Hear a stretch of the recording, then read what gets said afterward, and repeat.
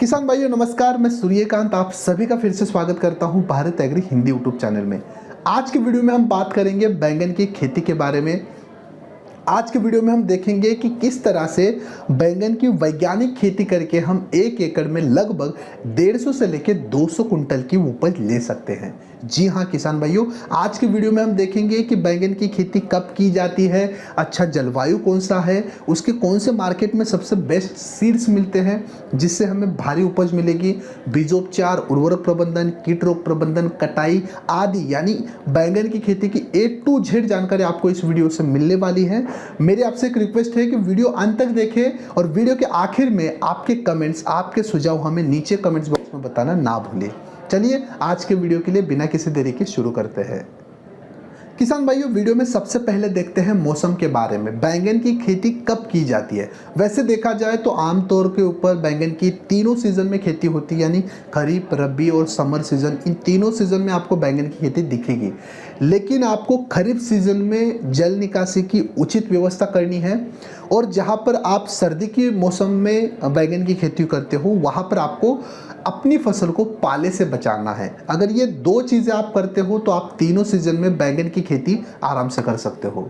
आगे चल के हम अगर बात करें जलवायु की तो लगभग बैंगन की खेती के लिए तापमान 15 से लेकर 25 डिग्री सेल्सियस का उचित माना जाता है। लेकिन अगर 15 डिग्री सेल्सियस से तापमान कम हो जाता है तो पौधे की जो बढ़वार है वो रुक जाती है, पौधे की जो जड़ी है उनका विकास नहीं हो पाता है। अगर तापमान 25 डिग्री सेल्सियस से ज़्यादा होता है तो बैंगन की खेती में आपको फूल झड़ने की साथ ही फल झड़ने की भी समस्या दिखाई दे सकती है। वार्षिक वर्षा की अगर हम बात करें, अगर आपके क्षेत्र में लगभग 600 से लेकर 1000 mm तक बारिश होती है तो आप आराम से बैंगन की खेती कर सकते हो, बहुत ही अच्छी उपज मिलेगी। अब बात करते हैं भूमि के बारे में।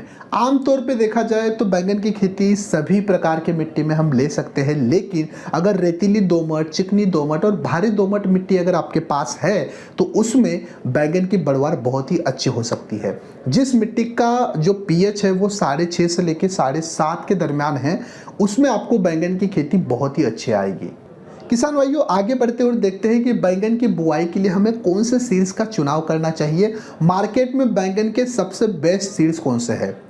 बात करें वीएनआर सीड्स कंपनी की तो वीएनआर 212 ये वैरायटी बहुत ही अच्छी है। महको सीड्स की बात करें तो माही 112 ये वैरायटी बहुत अच्छी है।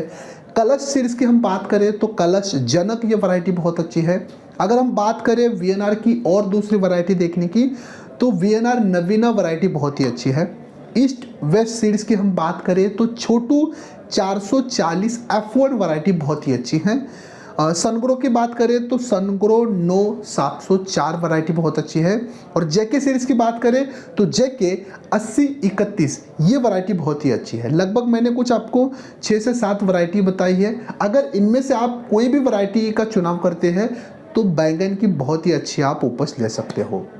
सीड्स के बारे में देख लिया। बात करते हैं बीज दर की। कितने बीज आपको 1 एकड़ के लिए लगेंगे? लगभग 60 से लेकर 80 ग्राम बीज आपको 1 एकड़ की बुआई के लिए आवश्यक है। किसान भाइयों, यहाँ पर हमें एक चीज़ का ध्यान रखना है, जब भी हम बैंगन की बुआई करते हैं उससे पहले बीज जो है उनको हमें उपचारित करना है। किससे करना है? बाविस्टिन नाम से कवकनाशी आता है जिसमें हमें कार्बेंडाजिम 50% WP फॉर्मेशन में मिलता है। ये कवकनाशी हमें 2.5 ग्राम लेना है। साथ ही एक कीटनाशी आता है इमिडाक्लोप्रिड 17.8% SL फॉर्मुलेशन में मिलता है। बायर कंपनी का कॉन्फिडर आप ले सकते हो, 1 ml लेना है। बाविस्टिन 2.5 ग्राम, 1 ml कॉन्फिडर। ये क्या करना है, हमें 1 किलो बैंगन के बीज के हिसाब से लेना है और उससे हमें क्या करना है, उसे अपने बीज के ऊपर लगाना है। जितने आपके बीज है उसी प्रकार से हमें इसकी मात्रा लेनी है। ये तो है रासायनिक विधि। कई सारे किसान जैविक खेती भी करते हैं। अगर आपको आपके बीज जैविक विधि से उपचारित करने हैं तो आप ट्राइकोडर्मा विरिडी 2.5 मिली और इसी के साथ सुडोमोनास फ्लोरेंसिस 2.5 ml ये दोनों आप प्रति किलो बीज के हिसाब से ले सकते हो और उससे आप अपने बीज उपचारित कर सकते हो। बीज उपचारित करने के बाद हमें बीज थोड़ी देर के लिए छांव में सुखाने हैं। अच्छी तरह से बीज सूखने के बाद हमें वो बुआई के लिए इस्तेमाल करने हैं।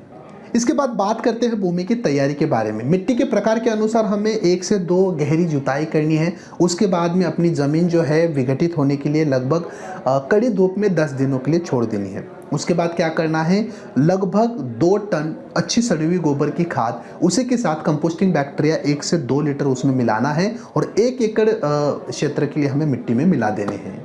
उसके बाद किसान भाइयों, आवश्यकता अनुसार आप रोटावेटर चला सकते हो और अपनी जो ज़मीन है उसमें बेड बनाकर बुआई के लिए तैयार कर सकते हो। किसान भाइयों, ज़मीन तो तैयार हो चुकी है, अब बात करते हैं रोपाई के बारे में। रोपाई कैसे करनी है, उससे पहले हमें क्या करना है, ट्रैक्टर के हिसाब से जो भी अपनी क्यारी है, मेड़ है या फिर कुंड है, अपने पद्धति के अनुसार बना देने हैं 2 से 3 फीट के अंतर पर। इसके ऊपर हमें क्या करना है, पौधे की रोपाई करनी है। पौधे से पौधे की दूरी हमें 2 फीट रखनी है और जो पंक्ति से पंक्ति दूरी है वो 2 फीट रख सकते हो। अगर पंक्ति से पंक्ति की दूरी 2 फीट और पौधे से पौधे की दूरी 2 फीट रखते हो तो लगभग 1 एकड़ में आपके 11,000 पौधे बैठ सकते हैं। अगर यही दूरी हम पंक्ति से पंक्ति की दूरी बढ़ाकर 3 फीट कर देते हैं तो लगभग 1 एकड़ में आपके 7,333 पौधे बैठ सकते हैं।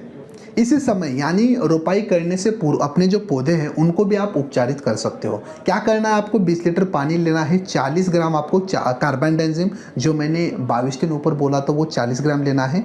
उसी में हमें क्या करना है, जो बायर कंपनी का कॉन्फिडोर है उसको 40 ml मिलाना है। इस मिश्रण में हमें क्या करना है, अपने जो पौधे हैं उनकी जड़ें डुबानी है, 5 से 10 मिनट के लिए डुबा के रखे, वो निकाले और बाद में हमें उसको बेड के ऊपर लगाना है। अब इससे होगा क्या, जब भी हम रोपाई करते हैं पौधे छोटे होते हैं और कई सारे मिट्टी में कवक जनित या फिर जीवाणु जनित जो रोग होते हैं वो अटैक करते हैं। उस अटैक से बचने के लिए आपको क्या करना है, पौधों को उपचारित करना है।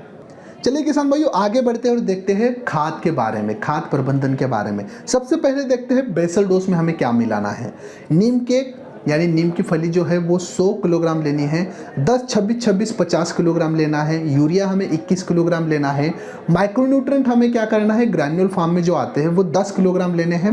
ह्यूमिक एसिड भी हमें ग्रैन्युल फॉर्म वाला 5 किलोग्राम लेना है और इसी में हमें म्यूरेट ऑफ पोटाश 11 किलोग्राम मिलाना है और 1 एकड़ के लिए हमारे बेड में इसे मिट्टी में अच्छी तरह से मिला देना है। ध्यान रखें, बेसल डोज डालने के बाद हमें हर बार उसे मिट्टी में मिला देना है, मिट्टी से ढक देना है। बेसल एप्लीकेशन में इसके बाद लगभग 30 दिनों के बाद हमें क्या करना है, यूरिया लगभग 5.5 किलोग्राम, माइक्रोन्यूट्रेंट 5 किलोग्राम और 10-26-26 50 किलोग्राम हमें 1 एकड़ में फिर से हमें मिट्टी में मिला देना है।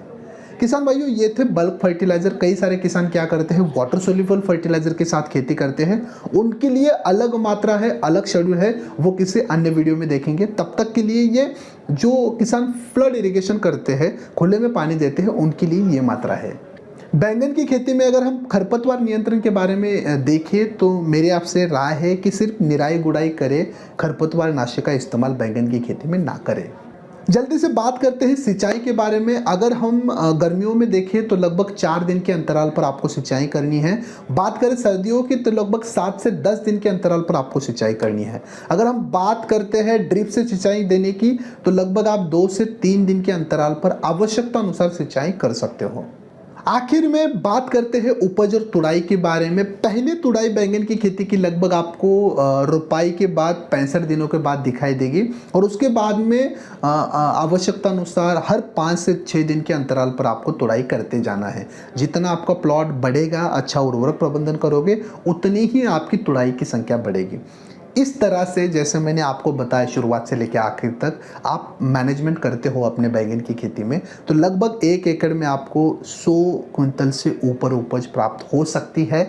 लेकिन आपको जैसे मैंने बताया वैसे ही आपकी खेती में चीज़ें करना आवश्यक है।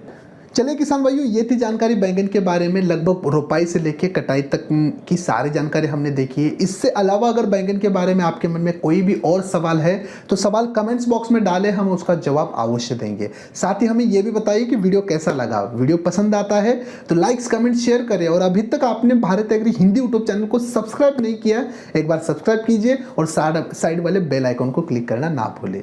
मिलते हैं अगले नए वीडियो में, तब तक के लिए धन्यवाद।